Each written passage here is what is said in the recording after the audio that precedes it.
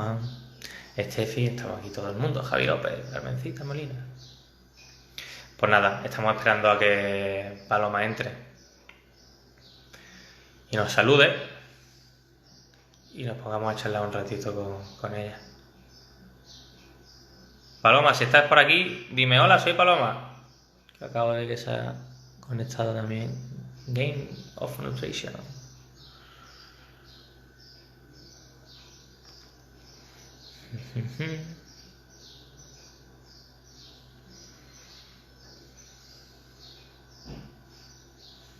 Bueno, ahora ya que son las 7, todavía es verdad que le faltaban 2 minutitos. Hola a todos. Os vais a aprender ya los cuadros estos que tengo aquí detrás del comedor, ¿eh? A ver. Elena Cabeza se ha unido también. Elena, ¿qué tal? ¿Cuánto tiempo sin saber de ti? Es broma, la he llamado hace 15 minutos. Hola, Carmencita Morilla. Vamos, Paloma, te esperamos. Hola. Necesito por aquí que Paloma, si está aquí. Aquí estoy. Pues vamos a por ti, Paloma.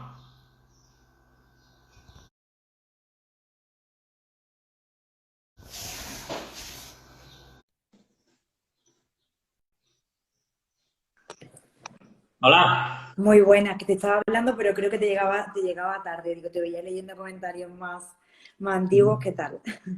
Yo muy bien. ¿Y tú cómo llevas el confinamiento? Pues bien, yo la verdad que bastante bien, ¿eh? Yo soy muy positiva con todo esto, evidentemente tiene también su parte negativa, pero yo he de decir que evidentemente la visión que he querido tomar es que aprovecho para todo aquello que, no solo que no teníamos tiempo, sino que me he dado cuenta que si no hubiera sido por una circunstancia así, de verdad, que no lo hubiera afrontado, no hubiera dedicado el tiempo que necesitaba pues para estudiar algo pendiente o leer o cualquier cosa de este tipo. Así que, por suerte, pues sin demasiada pena, salvo que obviamente estoy acostumbrada a mucha actividad y vivo en un pisito muy, muy, muy pequeño. Así que mi saludo aquí a todos los que no iban en casa grande porque es lo más duro. ¿Con quién la estás pasando? Pues yo con mi pareja. Estamos en menos de 50 metros cuadrados 24 horas, así que tiene su mérito, ¿eh? Sí, sí, pues soy superhéroe. Yo, de hecho, doy gracias a Dios porque tengo un jardín y lo estaba hablando con una compi antes, que entiendo que hablar al menos por teléfono desde el jardín, hoy que hace un día muy bueno en Málaga, te da ese subidón y al menos sientes que no estás tan confinado. Pero bueno, vamos a hablar de nutrición y de comida y de alimentos, ¿no? Vamos, vamos a ello. Que para eso hemos venido. ¿Cómo afecta el confinamiento a nuestro equilibrio nutricional? Bueno, realmente el confinamiento en sí, queriéndonos lanzar mucho palabrería a nivel de fisiología, en términos generales de salud, eh, para mí es algo que afecta en general de forma muy negativa a la salud. Es decir, la parte de la alimentación va a gozar de una ventaja que podemos tener para sobrellevarlo un poco, pero la realidad es que a nivel de salud afecta por temas de merma de la actividad principalmente, pero es que luego hay un aspecto que los que pasamos consultas estamos ya quizá más habituados a tratarlo, y es que todo lo que engloba la alimentación, incluso yo me atrevería a decir que la mayor problemática que tiene la alimentación hoy es su relación con las emociones o cómo la está gestionando el ser humano en relación a sus estados de ánimo, a sus emociones, el abordaje general y la relación general que tenemos con la alimentación. Entonces, más que pensar que la problemática está en el tipo de alimentos que tenemos, que también, yo diría que es la forma que tenemos al final de consumir estos alimentos. Y es más, voy a añadir ya una temática concreta, y es que considero que se está evidenciando que cuando a lo mejor alegábamos normalmente que el problema para no llevar una alimentación más saludable o un protocolo dietético determinado, pues te voy a decir los dos motivos principales: Falta de tiempo, ¿no? económica, falta de tiempo, y comidas sociales. Son los dos hándicaps que suelen presentar el paciente, la población general, de cara a no poder mejorar su alimentación. Ni siquiera vamos a hablar de llevar un protocolo dietético, tipo un protocolo enfocado a un objetivo deportivo o algo así. En general, para mejorar la alimentación, la gente alega que no tiene tiempo y que tiene mucha vida social y que en las comidas sociales se le va. Entonces ahora estamos viendo que quizá la problemática no es esa, ¿no? Quizá es nuestra propia relación con la comida, con los alimentos en general. No sé tú qué opinas de todo esto. Yo estoy súper de acuerdo contigo. Aparte, también pienso que es un tema que has tratado justo al principio, que quizás ansióticos y un poco tristes, a lo mejor sí que comemos más, un estado emocional que la gente pues dice, bueno, pues a lo mejor, o incluso me sorprende porque a veces pienso que a lo mejor la comida la tenemos como puntos del día, ¿no? Entonces, como, bueno, voy a hacer algo hasta que me toque comer, voy a hacer algo hasta que me toque merendar y voy a hacer algo hasta que me toque cenar. Lo que sí que me pregunto yo es, hay que, estando en casa y sin estar en la calle consumiendo pues las calorías diarias que sean habituales, ¿hay que comer menos? Menos en relación a reducir la ingesta calórica, sí. Menos a como lo puede estar viendo la población general. Vamos también a referirnos a la gente que no tenga formación en ninguna en alimentación quizá. En volumen quizá no. ¿Qué quiero decir con esto? Que quizá podemos recurrir a preparaciones que realmente sean más bajas en energía porque, queramos o no, como norma general sí que hay ciertas excepciones. Luego hablamos del mundo del deporte. Sí que yo diría que la población debería estar al menos concienciada en reducir la ingesta calórica, porque por mucho que estéis haciendo 4 clases de zumba en vuestra casa, nuestra actividad diaria se ha reducido. Incluso yo me atrevería a decir que me he dado cuenta que últimamente cuando hablamos por aquí por redes, me incluyo, ¿no? Nos estamos constantemente dirigiendo a la gente que como yo está súper confinada, ¿no? Los que estamos realmente encerrados y apenas tenemos movimientos, pero hay mucha gente que sí que está acudiendo a su sitio de trabajo, bien porque es sanitario, porque su trabajo sí que sigue en activo. Aún así, yo diría que también esas personas han visto limitada su actividad.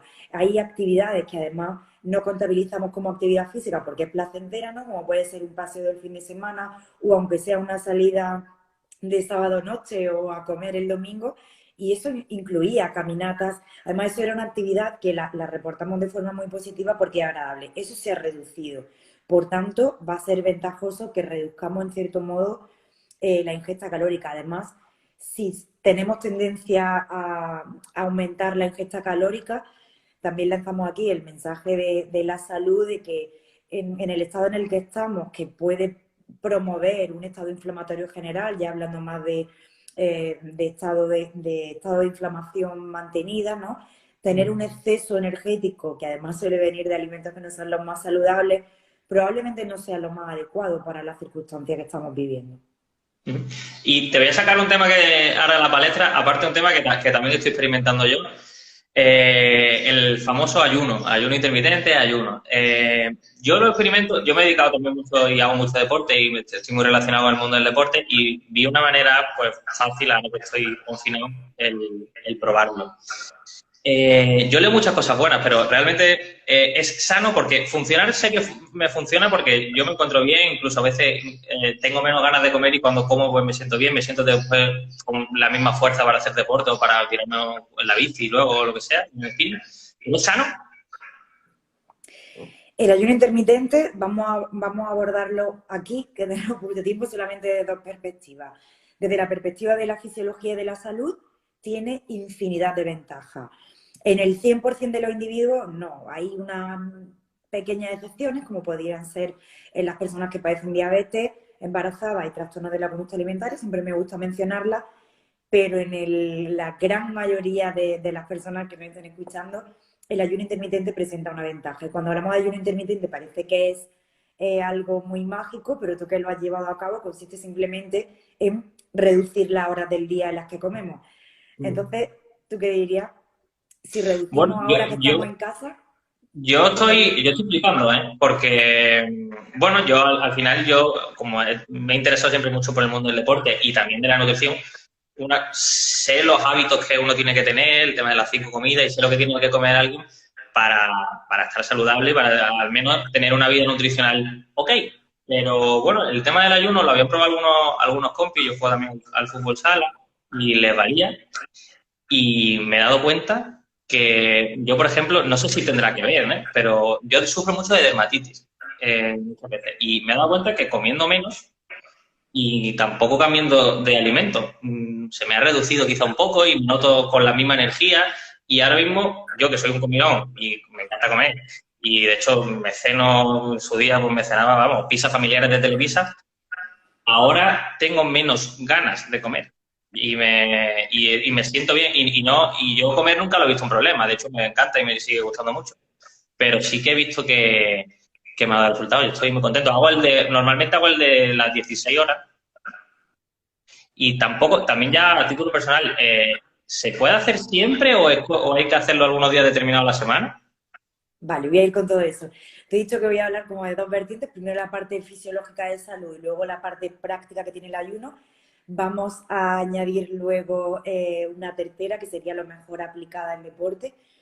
Con respecto a los beneficios de salud y los beneficios fisiológicos, existen, realmente están evidenciados incluso en algunas patologías de forma muy acusada, así que hay beneficios que pueden venir generados de hacer un ayuno, que, bueno, vamos a hacer un pequeño paréntesis y explicamos para la gente que nos esté escuchando.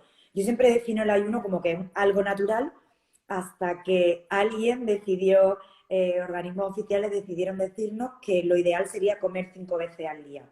Vale, como nosotros solemos decir que esto de comer 5 veces al día lo crearon diferentes marcas que quieren meternos snack varios a lo largo del día. Eso no es verdad. No hay un número determinado de comidas que se pueda aplicar de forma general. Eso es diferente a decir que alguna persona se puede ver beneficiada en comer 5 o 6 veces al día y otra en comer 2, 1 o 3. Eso es distinto. Como te decía, a nivel fisiológico, tú sí puedes haber experimentado algunas ventajas en relación a alguna afección que tenía, porque digamos que, bueno, dicho de forma coloquial, el ayuno intermitente podría favorecer el que reciclemos algunos componentes del cuerpo, entonces quizá a través de la eliminación de algo que no esté correcto, etcétera, sí que el organismo puede ver ciertos beneficios, ¿no? Y de hecho se han evidenciado y se le han asociado al ayuno intermitente. Pero yo insisto en que el ayuno intermitente no es ninguna estrategia mágica, no es más que comer durante menos horas del día. Voy a pasar directamente a lo más importante porque desde el primer directo que he hecho en cuarentena sobre temáticas de alimentación, lo más preguntado ha sido el ayuno. Y yo misma he recomendado el ayuno y es que realmente la segunda ventaja, que no son las ventajas fisiológicas que nos aplicaría, nos aportaría el ayuno intermitente, son sus ventajas prácticas. ¿Por qué digo prácticas? Porque tú has empezado diciéndome si sería beneficioso reducir la ingesta calórica durante el confinamiento porque obviamente tenemos menos actividad diaria. Lógicamente, si nosotros reducimos las horas del día en las que vamos a comer, vamos a explicarlo con números, vamos a imaginar que estamos haciendo 5 comidas de 300 calorías, ¿no? Si nosotros, o sea, repartidas desde las 9 de la mañana que nos levantemos, media mañana, comida, merienda y cena. Si nosotros retrasamos un poquito las horas de comida, ¿no? Habremos quitado quizás 2 ingestas de 300 calorías. De golpe y porrazo habremos quitado 600 calorías. Metemos un poquito más en el resto de comida, que hemos quitado esas 2 iniciales, pues a lo mejor mete 100, 200 más en las siguientes comidas. Aún así, costaría mucho más meter las 600 calorías que has quitado de esos dos primeros, de esos horarios de comida que has suprimido, costaría mucho meter ese aumento de calorías en las comidas restantes. ¿Qué quiero decir con esto? Que facilita mucho, sin cálculos ninguno, el que consumamos menos energía. Eso es lo principal.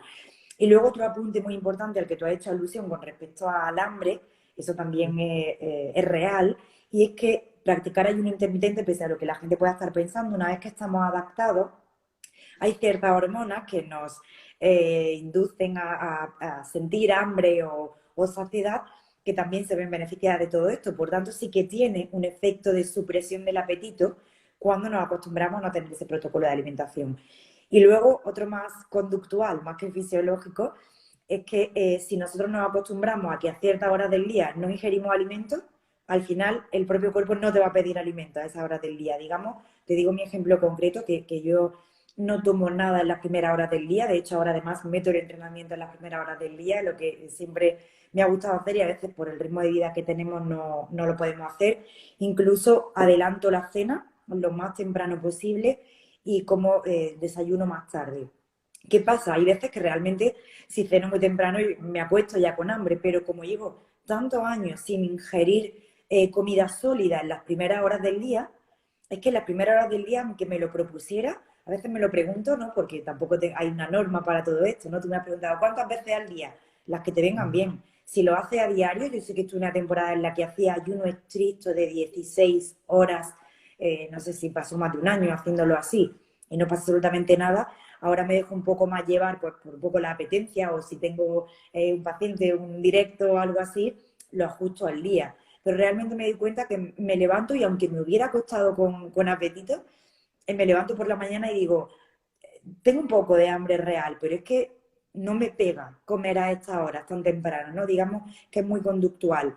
Y volviendo a lo mismo, si este es un buen momento para hacer ayuno intermitente, la pregunta se contestaría con un sí rotundo, porque realmente nos puede ayudar a reducir la ingesta y encima podemos controlar nuestro horario de comida. Mucha gente alega que desayuna en la cafetería con compañeros y le cuesta, o a la hora de comer, el trabajo era una oportunidad estupenda.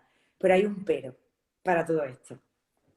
Y es que a mí me han reportado, pues bueno, seguidores cercanos o incluso pacientes, que instaurar ahora de forma muy estricta el ayuno sí que puede generar en algunas personas que a lo mejor a nivel emocional lo estén gestionando todas estas circunstancias, pues no tan bien, con el ayuno intermitente o con ese afán de querer hacer las 16 horas, se puede generar una especie de mayor ansiedad por la comida. Entonces, el truco sería, por zanjar con el tema del ayuno, que tratásemos de cenar un poquito antes, tratásemos de retrasar un poquito el desayuno, pero quizá no suprimir de entrada el número de comidas. No sé si me explico. Quizá Sí. mover un poco los horarios, así mentalmente no sentimos la ansiedad de ¿dónde está mi café y mi tostada? ¿No? Digamos, que a lo mejor aburrido en casa toda una mañana esperando a que sea la hora de comer, aunque estés trabajando, la mente, como tengas el hábito, te va a llevar.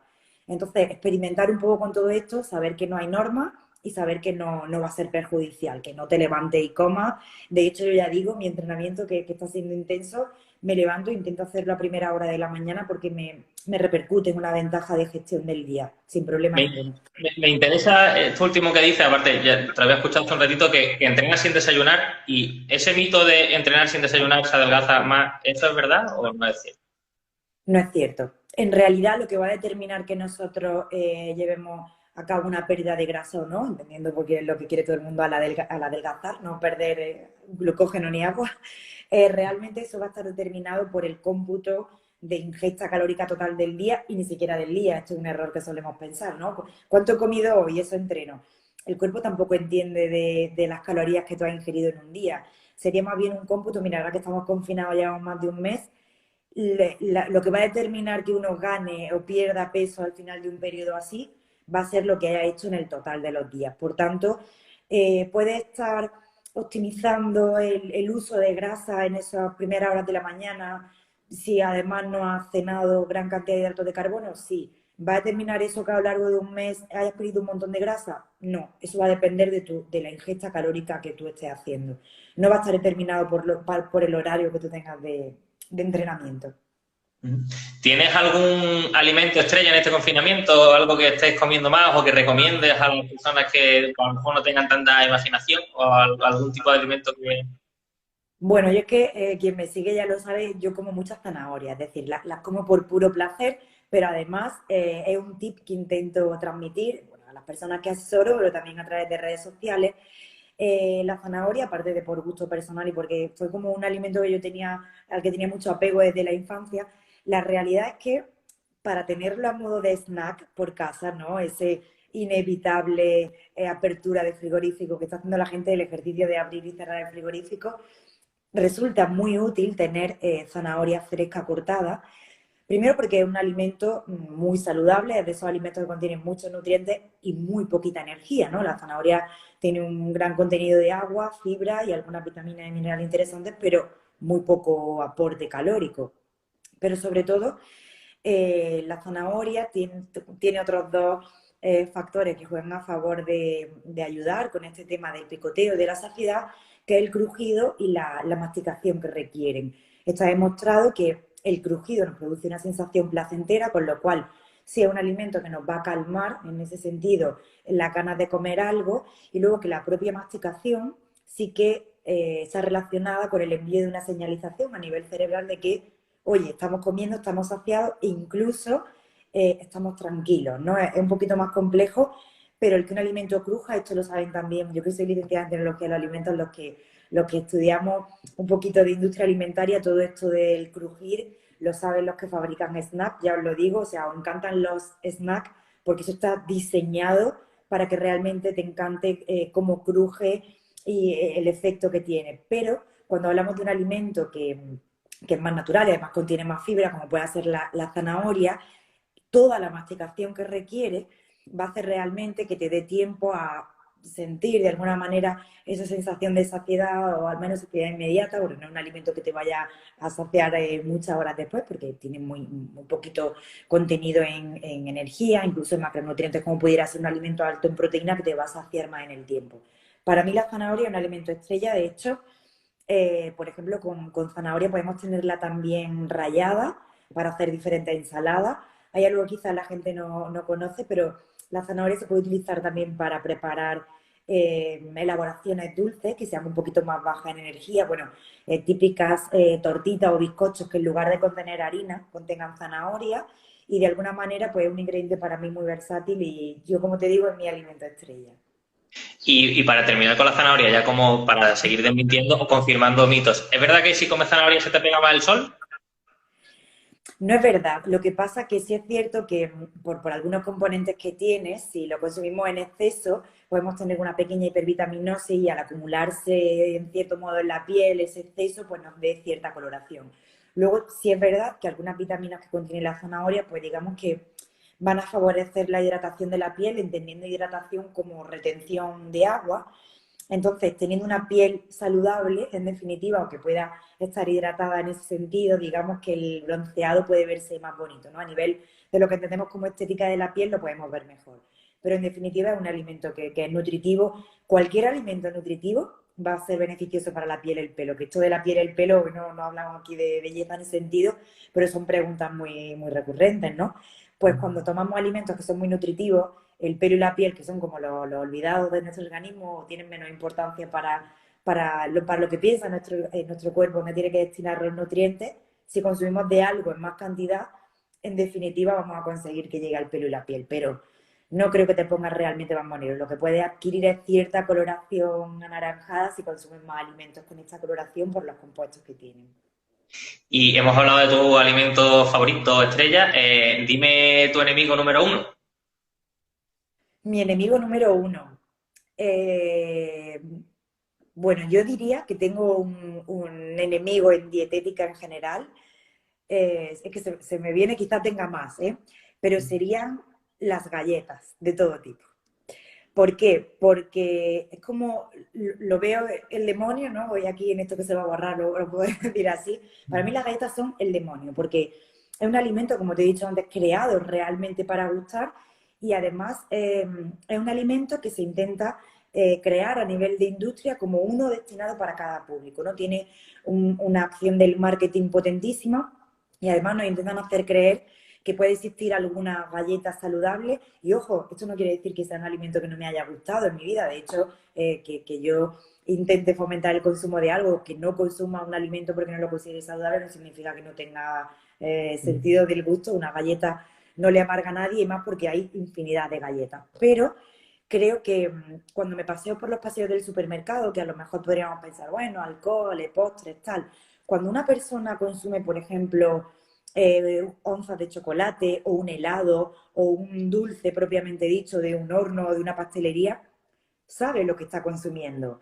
Pero hoy día, cuando el público adquiere galletas, una para el colesterol, otra para el estreñimiento, otra para la felicidad y otra para el crecimiento, realmente cree que está consumiendo un alimento beneficioso. Entonces, para mí, el enemigo son aquellos alimentos que se están consumiendo bajo un halo de salud y realmente no están haciendo ningún bien. Ya os digo que realmente son un alimento adictivo y son un alimento que no va a presentar absolutamente ninguna ventaja en comparación a otro tipo de alimentos muchísimo mejores que nos puedan aportar fibra y todos los micronutrientes que le ponen a las galletas para que pensemos que son saludables. Desde aquí yo ya dejo este mensaje, que no existe ninguna galleta saludable que contenga fibra, es simplemente que a una galleta poco saludable le han puesto un añadido, pero eso no la hace mejor. Ni una galleta sin azúcar, ni una galleta sin gluten, ni nada. Desde ¿Y el ya yo chocolate lo negro? siento. ¿El qué? ¿El chocolate negro? El chocolate, pues mira, el chocolate presenta varios problemas. En realidad está ocurriendo algo con el chocolate, concretamente de ciertos porcentajes más elevados, y es que, como puede estar pasando con las galletas, no a ese nivel, porque la gente yo creo que sigue respetando un poco el chocolate, pero sí está como envolviendo de un halo de salud el chocolate porque sea concretamente del 85%.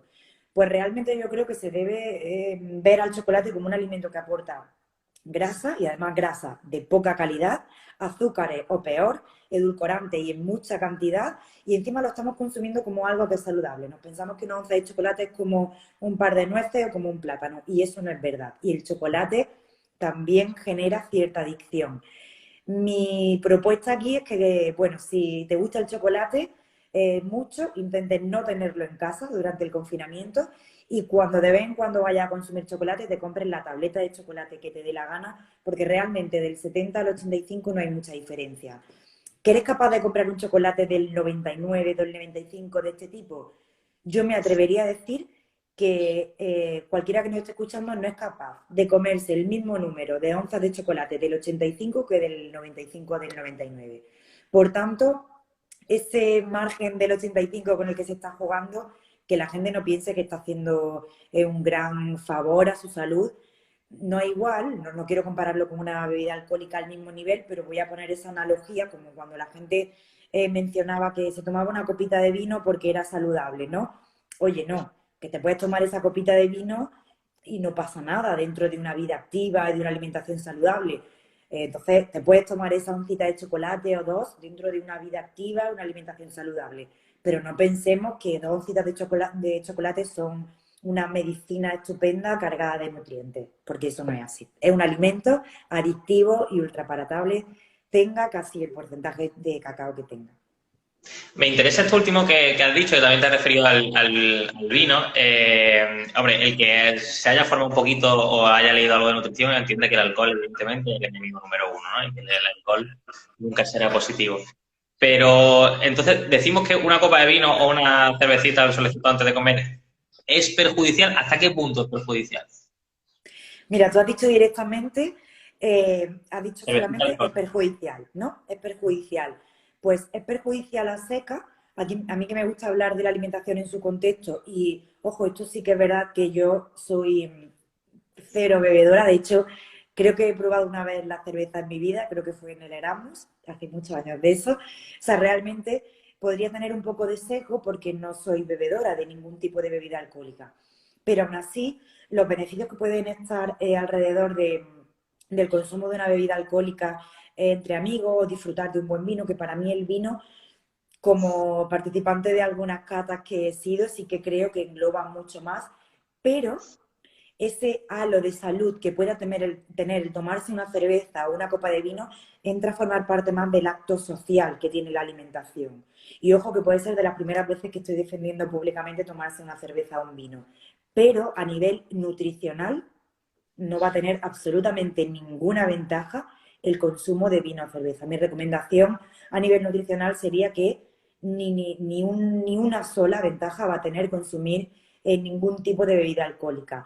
Ahora, si entendemos que eso no tiene ningún beneficio para la salud, que más bien sería un perjuicio si el resto de cabos no los tenemos bien atados, pero es un disfrute, eso se le llama en la alimentación alimentos y bebidas fruitivas, es decir, son aquellas que consumimos por placer, podríamos hablar ahí del chocolate o de una cerveza, siempre y cuando haya unos límites de consumo, podría, ahora que está todo el mundo encerrado deseando tomarse una cervecita con un amigo, oye, pues si eso te va a reportar cierto momento de calma, un acto social, te va a hacer pasar un rato agradable en sociedad, pues eso hay que tenerlo en cuenta y repercute de forma muy positiva en la salud de las personas, pero jamás por los componentes nutricionales que vaya a tener una vida alcohólica, porque el alcohol es un potentísimo inflamatorio, aumenta el riesgo de padecer casi todos los tipos de cáncer, es decir, es una sustancia realmente tóxica para el organismo. Pero en ciertas dosis puede tener ese beneficio de disfrute, ¿no? En cierta cantidad y entonces pues vamos a mirarlo con esos ojos. Pero yo a nivel nutricional no puedo decir que tenga ninguna ventaja. Y para terminar con la bebida y sobre todo con las bebidas malas, esto también es una pregunta que siempre me ha surgido a mí. Te pongo un poco en contexto, ¿vale? eh, antes de comer, por ejemplo, en Málaga, Pedralejos, que es una zona de playa, y quedas con un amigo o con una amiga antes de comer, y piensas, me apetece algo fresquito, ¿qué es menos perjudicial, una Coca-Cola o una cerveza? Vale, pues como a mí los alimentos me gusta hablar de lo saludables o no que son en base al contexto y a lo que simbolizan, sin duda diría que es más perjudicial una Coca-Cola. Aunque estemos en un proceso de pérdida de grasa y quiera reducir las calorías y una cerveza tenga sus calorías y una Coca-Cola cero ninguna, desistiría de la Coca-Cola por muchísimos factores. Es muy difícil desbancar la Coca-Cola y los refrescos de las vidas de la población, eso sí que es verdad que es una lucha frustrada, pero bueno, ahí está y yo diría que no. El consumo de refrescos para mí no va a tener ninguna ventaja positiva en ningún contexto. Has dicho beber algo fresquito antes de empezar. Yo tengo un truco para los bebedores de cerveza, de vino, no esa cervecita que se va a tomar todo el mundo cuando termine esto. Y es muy clara. Y es que cuando lleguemos a un bar o cuando estemos en casa o vayamos a iniciar en la comida de fin de semana la primera cerveza, recomiendo beber, pero como si fuera un medicamento, un vaso grande de agua para Sí. intentar que la primera bebida alcohólica que tomamos no la bebamos con excesiva sed. Porque esto me entenderán muy bien los cerveceros, el consumo de vino es quizá diferente, ¿no? Se puede ingerir de forma diferente, tiene otro patrón de consumo, a mi parecer, pero los que beben cerveza sí que saben que la primera cerveza, como vayas con sed, es que ni te enteras. Entonces, una forma de reducir ese consumo y no intentar tapar la sed con una bebida alcohólica, perdón, beber con sed una bebida alcohólica, beber primero un vaso de agua va a ser un truco infalible. De hecho, diría más, vamos a intentar entre cerveza y cerveza beber algo de agua. Y Paloma, aquí por ejemplo en Medas tenemos dietética y nutrición. ¿Cómo fue tu relación? ¿Cuándo decidiste dedicarte a este mundo? Y aparte de cómo, cuando lo decidiste, ¿qué salidas tienes? Vale, en relación al mundo de la nutrición y la dietética, yo he de reconocer que yo estaba muy enfocada al mundo del arte. Yo tenía clarísimo que quería estudiar Bellas Artes, pero tenía una vinculación de una pasión con el deporte y el ejercicio físico tremendo. Yo, que ahora estoy también un poco mirando, por cierto, lo decimos por aquí, los cursos que tiene MEDAC y distintas formaciones en torno al ejercicio, porque es una de mis pasiones, ¿no? En realidad yo estudié por la rama de ciencias, bachiller y todo, porque existía esa posibilidad de irme por la rama del deporte. No tenía ni idea de que existía una titulación en relación a la alimentación y la nutrición, pero por tradición en casa, que siempre se le había dado mucha importancia a la alimentación y la nutrición, y mi madre pues se formaba a su manera con sus libros y tal, pues me parecía un campo interesantísimo y yo pues leía por mi cuenta, pero no era una titulación ni siquiera que me la hubiesen presentado a lo largo del instituto, ni bachiller, ni nada. Y a la hora de seleccionar titulación, pues la vi, me llamó muchísimo la atención que existiese dentro de la rama sanitaria una titulación de ese tipo y la cursé y he de decir que yo no me planteé en ningún momento las salidas profesionales que podía tener. Es decir, yo me aventuré a estudiarla. De hecho, también confieso que no tenía ninguna expectativa de dedicarme a la alimentación. Yo quería dedicarme al mundo del deporte de cualquier manera, pero bueno, me parecía que podía ir de la mano y dije, ¿por qué no? Luego me formé en tecnología de los alimentos porque me había gustado toda la temática en relación a la alimentación, a la industria de la alimentación también. La cursé por ese motivo. Yo cursé tecnología de los alimentos, como digo, porque realmente yo no percibía que hubiera una salida para el mundo de la nutrición y la dietética. Y por aquel entonces mi idea era, pues bueno, dedicarme un poco al mundo del laboratorio, de la investigación o incluso de la industria, pero he de decir que yo pues todas mis prácticas las realicé en laboratorio, estuve también en diferentes industrias y me di cuenta que tampoco era un trabajo que me llamase demasiado la atención y ya por aquel entonces sí pude tener constancia de que había algunos diplomados por aquel entonces en nutrición que sí que se estaban dedicando de forma privada a asesorar a otras personas en el campo de la dietética y aquello me llamó enormemente la atención porque a mí me encanta hablar, como se está viendo, y me encanta el trato con el público. Y sobre todo en aquel momento yo tenía el foco que era la nutrición deportiva, la verdad. No, no me plantea para nada cómo hago hoy día, asesorar a personas que simplemente quieren mejorar su alimentación, mejorar su composición corporal y no son deportistas. En aquel entonces mi foco era mejorar el rendimiento deportivo porque era lo que me apasionaba, o sea, mejorar en ese campo y yo quise unirlo, ¿no? De alguna manera. Digamos que así fueron los comienzos y a quien esté interesado ahora en formarse en este tema, yo diría que bajo mi punto de vista, por lo que yo he vivido, que creo que fue como el inicio de la gran curva a nivel de salidas profesionales en torno a la alimentación y la dietética, yo creo que hoy hay una infinidad de posibilidades, tanto dentro de empresas privadas, de organismos públicos, de forma autónoma. Hay muchas salidas en torno a la alimentación, a la dietética y también al ejercicio físico. Yo creo que se debería de dar todavía más importancia a los que estudian, a los que tienen formación en torno al ejercicio físico. Para mí es fundamental y eso que mi formación es diferente, pero creo que sí que están gozando ambas titulaciones, tanto sean grados o formaciones profesionales o grados, creo que están gozando de más valor del que yo percibía cuando estaba recién diplomada. Así que animo a la gente que aproveche todo eso porque además creo que hay muchísima más formación anexa. Yo cuando terminé solamente, a lo mejor tampoco teníamos tanto acceso a redes y tanta información, solamente sentía que para seguir formándome debía estudiar la licenciatura en tecnología de los alimentos y luego el máster que tenía al alcance, que era el de mi universidad. Pero hoy, una vez que tengas cualquier titulación más oficial, hay infinidad de cursos para aprender simplemente por vocación y yo creo que es una gran ventaja para los que nos gusta todo esto.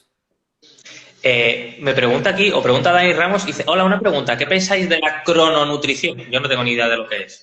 Vale, se refiere con la crononutrición más a la adaptación de la nutrición a los biorritmos, o que imagino que se referirá a eso, ¿no? A adaptar un poco la alimentación a los biorritmos del organismo. A ver si me lee, porque creo Sí. que se refería a eso, la crononutrición, que yo he leído a veces definiciones diferentes en torno a crononutrición, no soy ninguna experta en esa temática, pero creo que hace referencia a eso. Y si es así, tiene obviamente su lógica, realmente nosotros nos movemos en torno a unos biorritmos y pudiera tener un sentido alimentarnos en base a eso, pero yo he de decir que hay muchísimos aspectos de la alimentación que van a tener más importancia, porque, bueno, iba a decir como que es un poco una utopía, pero no es exactamente, simplemente que realmente eso sería si nosotros, no únicamente la alimentación, sino si nosotros en nuestro ritmo de vida estuviésemos más acoplados, como hablábamos antes del ayuno, de adelantar la cena y tal, estuviésemos más acoplados a esa estructura de biorritmos que tiene el ser humano. Decir que sin duda sí que existe una relación, si a nivel hormonal quizá quiere hacer referencia a que, bueno, cuando nos levantamos la mayoría podríamos ser un poquito más sensibles a la insulina, podría ser una hora más propicia al consumo de hidratos de carbono, pero yo, como digo, de verdad, en mi experiencia creo que hay aspectos más importantes y para mí tiene más importancia que un protocolo dietético sea adherente a las circunstancias de la persona y aunque podamos tener en cuenta todo eso, los biorritmos y la crononutrición puede ser diferentemente aplicable a una persona que tenga una circunstancia y un horario de entrenamiento determinado. Para mí lo que más va a determinar los cambios hormonales de una persona, dejando fuera una patología, es que una persona sea más o menos activa. Es como si yo tuviera delante casi organismos diferentes. Por tanto, una persona que tenga un entrenamiento, para mí es mucho más práctico y más lógico guiarme por su estructura de trabajo, de entrenamiento y de vida que por los propios biorritmos que vaya a tener de libro el organismo. Esa es mi opinión. Y Paloma, para terminar, que me he dado cuenta, llevamos 40 minutos charlando, qué alegría. Siempre le hacemos dos preguntas a todos los entrevistados y a ti nos viene más al pego. Una es, ¿qué van a hacer esta noche? Así que es la Vale, primera. Y la otra, que vale. nos digas una canción, sobre todo porque siempre despedimos con la canción favorita de todos los entrevistados. Una Pero canción, vale. antes de Venga. esto, leo por aquí, has dicho que recomiendas beber agua antes de una cerveza. ¿Pero qué opináis de beber agua antes de comer y durante? Es decir, tomarle la mayor cantidad para aumentar la saciedad. Vale, pues hay incluso evidencia científica al respecto, ¿no? Porque se tenía como un consejillo magufo, lo de bebe agua para llenarte el estómago. Vale, eso puede sonar un poco, pero hay evidencia científica que nos dice que el beber recuerdo un estudio que creo que decía 300 y pico mililitros de agua. Bueno, en definitiva, cuando nosotros bebemos agua antes de una comida y estamos tratando de reducir la ingesta calórica, obviamente por el propio llenado del estómago y el efecto mecánico que sufre el estómago, que también va a producir cierta saciedad, tiene un beneficio. Pero además yo, mis pacientes lo saben, yo suelo recomendar beber un vaso de agua antes de cualquier comida, levantarnos, antes de cualquier ingesta de alimentos, pero beberlo de forma tranquila, pausada, porque uno de los mayores perjuicios que conlleva el estrés es esa compulsión por la comida y el comer con cierta ansiedad.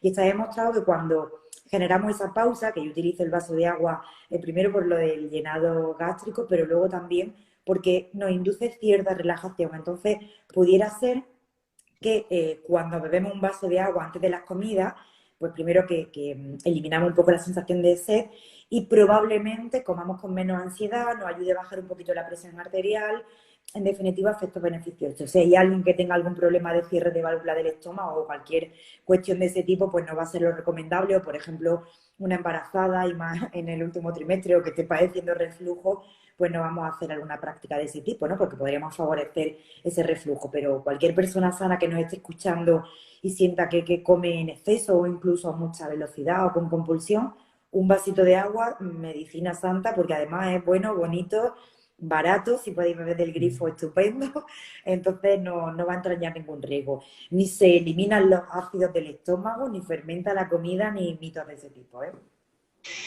Y bueno, entonces cuéntanos, ¿qué cena hoy, Paloma?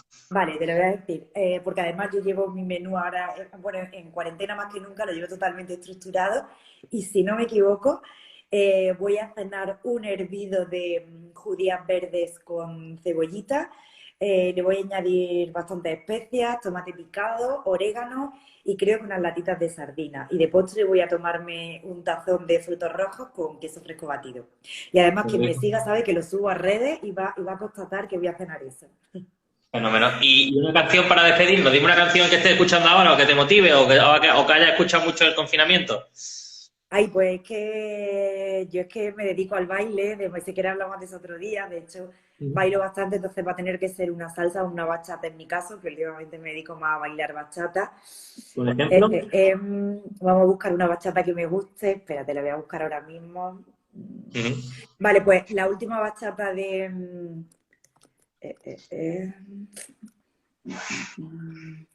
Ay, se me ha ido ahora el nombre. No La te última preocupes. bachata de Mar Anthony, que no me acuerdo el nombre ahora mismo. Vamos a ver. Pues Te doy el nombre ahora mismo. Pues tenemos Adicto, tenemos Yo también, tenemos Cuando nos volvamos a encontrar. ¿Cuál? Esa, ¿Yo Adicto. también? Adicto. Adicto. No es mi canción favorita del momento, pero sí que me recuerda al periodo que más he estado bailando. Ahora estamos bastante encerrados, así que con eso nos despedimos. Pues nos despedimos con Adicto y muchas gracias por todo, Paloma. Muchas gracias a vosotros. Sí. Espero que vaya bien el confinamiento y que practiquéis ayuno y comáis saludable. Hasta luego, un placer.